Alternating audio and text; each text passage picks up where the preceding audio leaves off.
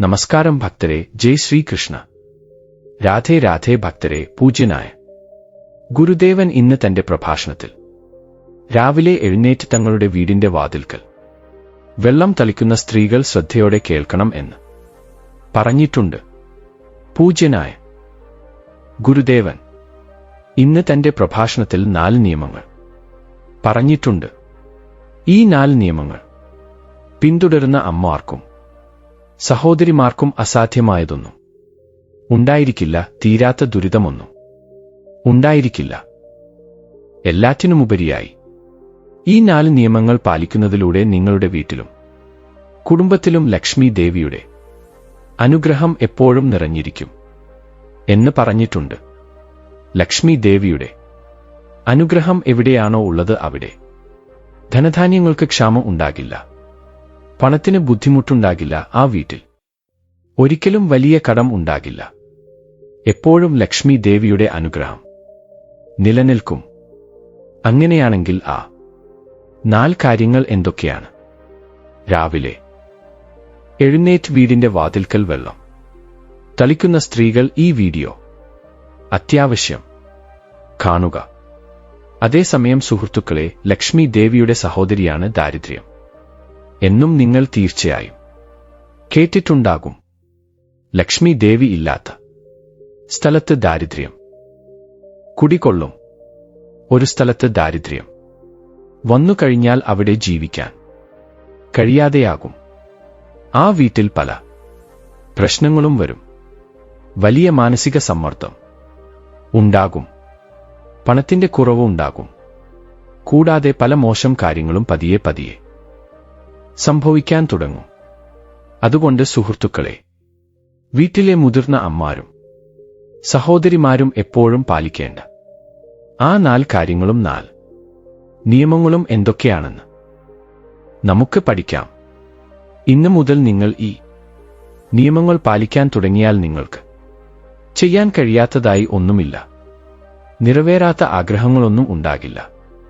കൂടാതെ ഈ 4 നിയമങ്ങൾ പാലിച്ചതിനു ശേഷം നിങ്ങൾക്ക് മറ്റ് പരിഹാരങ്ങളൊന്നും ചെയ്യേണ്ടതില്ല, വ്രതമെടുക്കേണ്ടതില്ല. ഈ ആഗ്രഹം സഫലമാക്കാൻ ഈ പരിഹാരം ചെയ്യണമല്ലോ, അല്ലെങ്കിൽ ആ വ്രതം എടുക്കണമല്ലോ എന്ന് നിങ്ങൾ വളരെയധികം വിഷമിക്കുന്നു.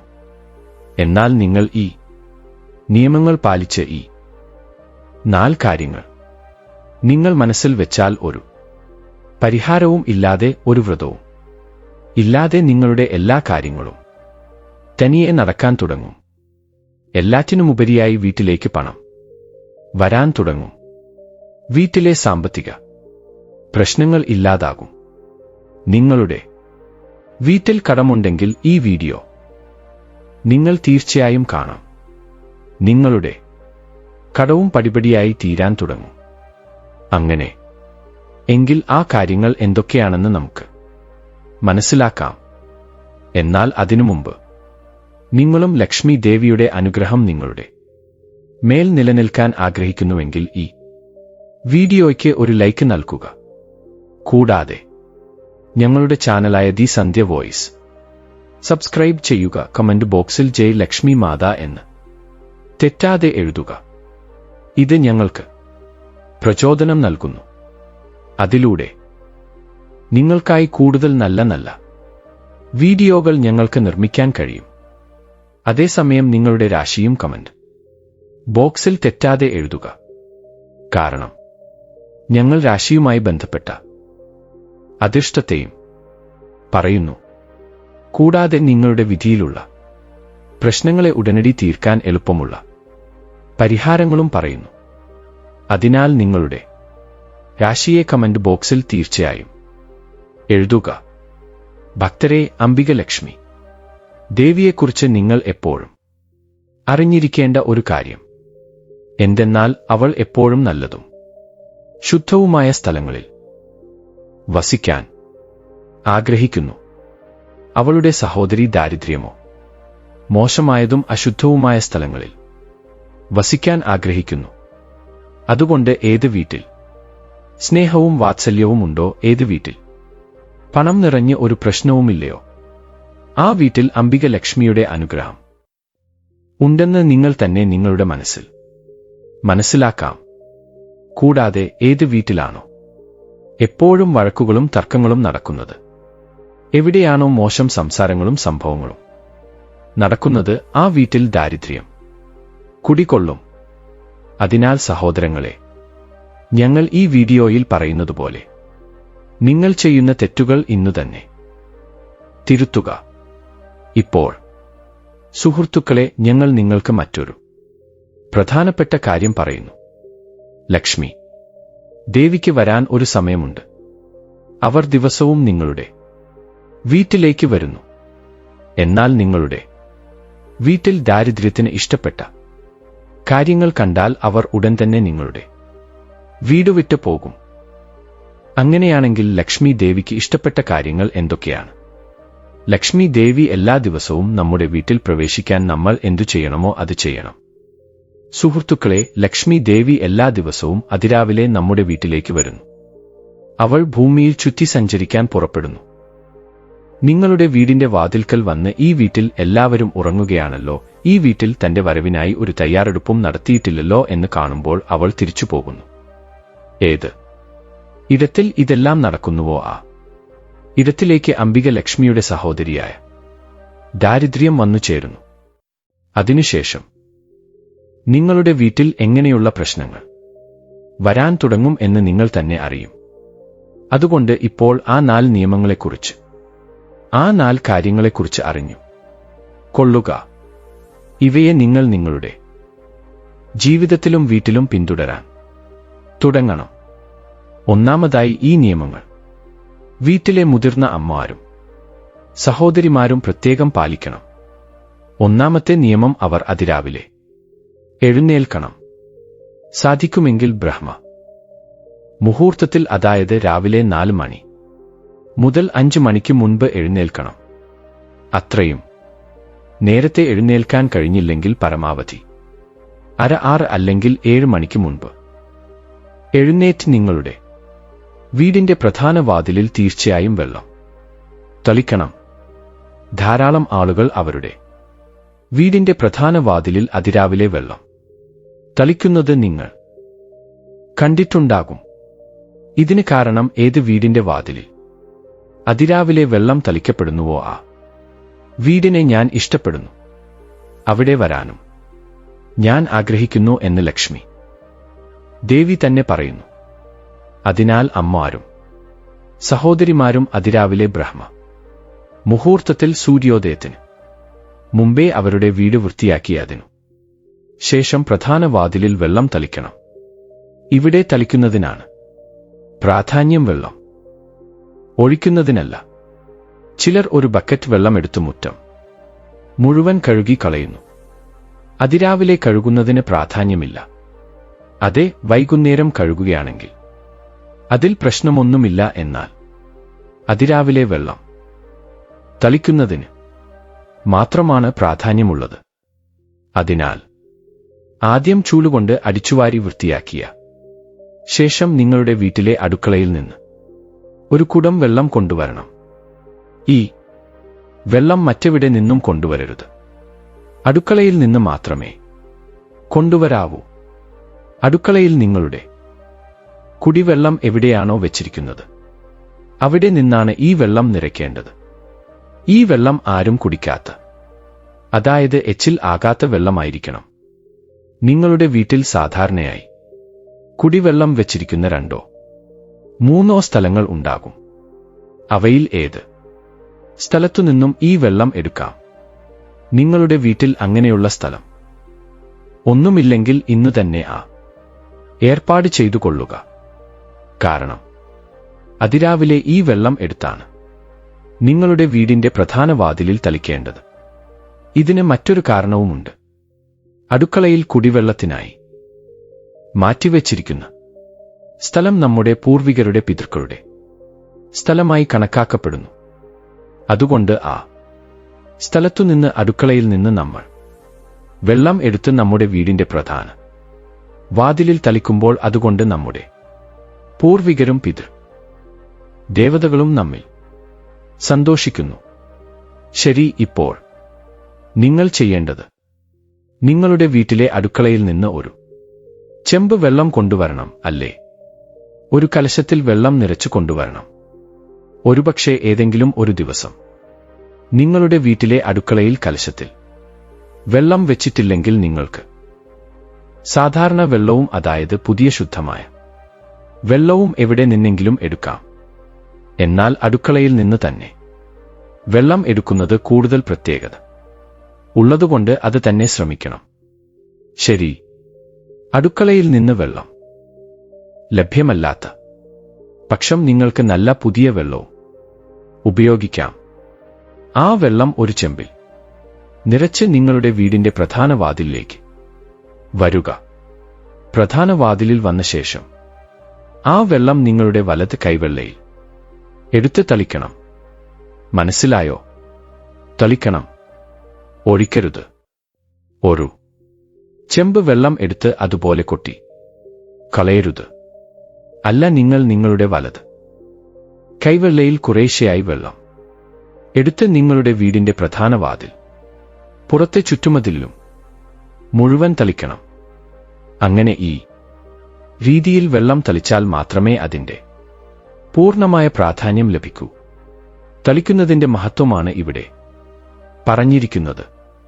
ഏത് അമ്മമാരും സഹോദരിമാരും ദിവസവും അതിരാവിലെ ബ്രഹ്മമുഹൂർത്തത്തിൽ എഴുന്നേറ്റ് തങ്ങളുടെ വീടിന്റെ പ്രധാന വാതിലിൽ അടുക്കളയിലെ വെള്ളം തളിക്കുന്ന വീട്ടിൽ ലക്ഷ്മി ദേവി വരാൻ ആഗ്രഹിക്കുകയും സന്തോഷിക്കുകയും ചെയ്യും.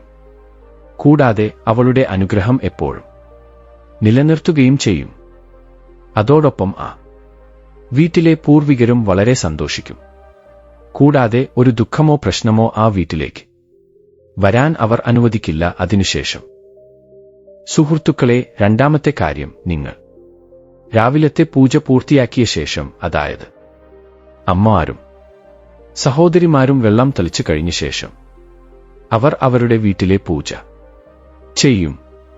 ഇപ്പോൾ പൂജ ചെയ്ത ശേഷം വീടിന്റെ പ്രധാന വാതിലിൽ ഒരു വിളക്ക് വെച്ചാൽ ആ വീട്ടിലും ലക്ഷ്മി ദേവി വരാൻ ആഗ്രഹിക്കും. ഇത് വിളക്ക് നിങ്ങൾക്ക് ഉരുണ്ട തിരിയിലോ അല്ലെങ്കിൽ നീണ്ട തിരിയിലോ വെക്കാം. നിങ്ങൾക്ക് ഏതാണ് ശരിയെന്ന് തോന്നുന്നുവോ അങ്ങനെ വെക്കാം. എന്നാൽ ദൈവങ്ങൾക്ക് എപ്പോഴും നീണ്ട തിരിയിട്ട് വിളക്ക് കത്തിക്കുന്നത് ഉത്തമമായി കരുതപ്പെടുന്നു. അതിനാൽ ഈ വിളക്ക് നിങ്ങൾ നീണ്ട തിരിയിൽ വെച്ചാൽ കൂടുതൽ മികച്ചതായിരിക്കും. എന്നിരുന്നാലും ഉരുണ്ട തിരിയിൽ വിളക്ക് വെച്ചാലും ഒരു പ്രശ്നവുമില്ല. ശരി, ഏത് വീട്ടിലാണ് അതിരാവിലെ പൂജ കഴിഞ്ഞത്? പിന്നീട് വീടിന്റെ പ്രധാന വാതിലിന്റെ നിലയിൽ ഒരു വിളക്ക് വെക്കുന്നു. ഏത് ഭാഗത്ത് വെച്ചാലും പ്രശ്നമില്ല. അതുകൊണ്ട് ഒരു പ്രശ്നവുമില്ല. അങ്ങനെ ഈ വിളക്ക് കൊളുത്തുന്ന വീട്ടിൽ ലക്ഷ്മി ദേവി വരാൻ ആഗ്രഹിക്കുന്നു. അതിരാവിലെ ഈ വീട്ടിൽ വിളക്ക് കത്തുന്നു എന്ന് കാണുമ്പോൾ അവർ ആ വീട്ടിലേക്ക് പ്രവേശിക്കുന്നു. വിളക്ക് കത്താത്ത വീട്ടിൽ ലക്ഷ്മി ദേവിയുടെ സഹോദരിയായ ദാരിദ്ര്യം വരാൻ ആഗ്രഹിക്കുന്നു. ശരി, ഇത് രണ്ടാമത്തെ കാര്യം. അതായത് ഏത് വീടിന്റെ പ്രധാന വാതിലിൽ വെള്ളം തളിച്ച ശേഷം വിളക്ക് കൊളുത്തുന്നുവോ ആ വീട്ടിൽ ലക്ഷ്മി ദേവി വരാൻ ആഗ്രഹിക്കുന്നു. തീർച്ചയായും വരുന്നു. അതിനുശേഷം മൂന്നാമത്തെ കാര്യം സുഹൃത്തുക്കളെ, അതാണ് കോലം. ഒരു ചെറിയ കോലം, വലുതല്ലെങ്കിലും സാരമില്ല, നിങ്ങളുടെ വീടിന്റെ വാതിൽ പടിയിൽ പ്രധാന വാതിലിൽ വരച്ചിട്ടുണ്ടെങ്കിൽ ആ സ്ഥലത്തേക്കും ലക്ഷ്മി ദേവി വരാൻ ആഗ്രഹിക്കുന്നു. നിങ്ങളുടെ അടുത്ത് കോലപ്പൊടി ഇല്ലെങ്കിലും മാക്കോലം അല്ലെങ്കിൽ മാവ് കൊണ്ട് സ്വസ്തിക് ചിഹ്നം വരയ്ക്കാം. നിങ്ങളുടെ അടുത്ത് കോലപ്പൊടി ഉണ്ടെങ്കിൽ അതും നിങ്ങൾക്ക് ഉപയോഗിക്കാം. അപ്പോൾ ഇത് മൂന്നാമത്തെ കാര്യമാണ്. സുഹൃത്തുക്കളെ, നിങ്ങളുടെ വീടിന്റെ പ്രധാന വാതിലിൽ ഒരു ചെറിയ കോലം ഉണ്ടായിരിക്കുന്നത് ലക്ഷ്മി ദേവി കോലം കാണുമ്പോൾ അവൾ വളരെ സന്തോഷവതിയാകുന്നു. കൂടാതെ ആ വീട്ടിലേക്ക് വരാൻ ആഗ്രഹിക്കുന്നു. അതിനാൽ നിങ്ങൾ ദിവസവും ഒരു ചെറിയ, വലുതല്ലാത്ത ഒരു ചെറിയ കോലമെങ്കിലും തെറ്റാതെ വരയ്ക്കുക. ഇപ്പോൾ സുഹൃത്തുക്കളെ, ഈ മൂന്ന് കാര്യങ്ങൾ കഴിഞ്ഞു. ഇനി നാലാമത്തെ കാര്യം അല്പം വ്യത്യസ്തമാണ്. ഒരുപക്ഷേ നിങ്ങൾക്ക് മുൻപേ അറിയാമായിരിക്കില്ല. നാലാമത്തെ കാര്യം എന്തെന്നാൽ ഒരു കലശം വെള്ളം. അതായത് രാവിലെ നമ്മൾ ഒരു കുടം വെള്ളം തളിച്ചു. എന്നാൽ അതുകൂടാതെ ഒരു കലശം വെള്ളം നിങ്ങളുടെ വീടിന്റെ പ്രധാന വാതിലിൽ വെക്കണം. ഈ കലശം മൺപാത്രമോ മറ്റേതെങ്കിലും വസ്തുക്കൾ കൊണ്ടുള്ളതോ ആകാം. എന്നാൽ ഒരു കലശം വെള്ളം എപ്പോഴും വീടിന്റെ പ്രധാന വാതിലിൽ വെച്ചിരിക്കണം. പഴയ കാലത്ത് ഗ്രാമങ്ങളിൽ ആളുകൾ തങ്ങളുടെ വീടിന്റെ പ്രധാന വാതിലിൽ വെള്ളം നിറച്ച കുടം വെച്ചിരിക്കുന്നത് നിങ്ങൾ കണ്ടിട്ടുണ്ടാകും. ഇത് ഒരു ചിഹ്നമാണ്. ഇതിനാൽ ലക്ഷ്മി ദേവി ആകർഷിക്കപ്പെടുകയും സന്തോഷത്തോടെ വീട്ടിലേക്ക് പ്രവേശിക്കുകയും ചെയ്യുന്നു. അതിനാൽ നിങ്ങൾ എന്തു ചെയ്യണം എന്നുവെച്ചാൽ നിങ്ങളുടെ വീടിന്റെ പ്രധാന വാതിലിന് ഒരു ചെമ്പ് വെള്ളം അല്ലെങ്കിൽ ഒരു കുടം വെള്ളം നിറച്ചു വെക്കാൻ തുടങ്ങുക. അത് ഇടതുവശത്ത് വെച്ചാലോ വലതുവശത്ത് വെച്ചാൽ മതി.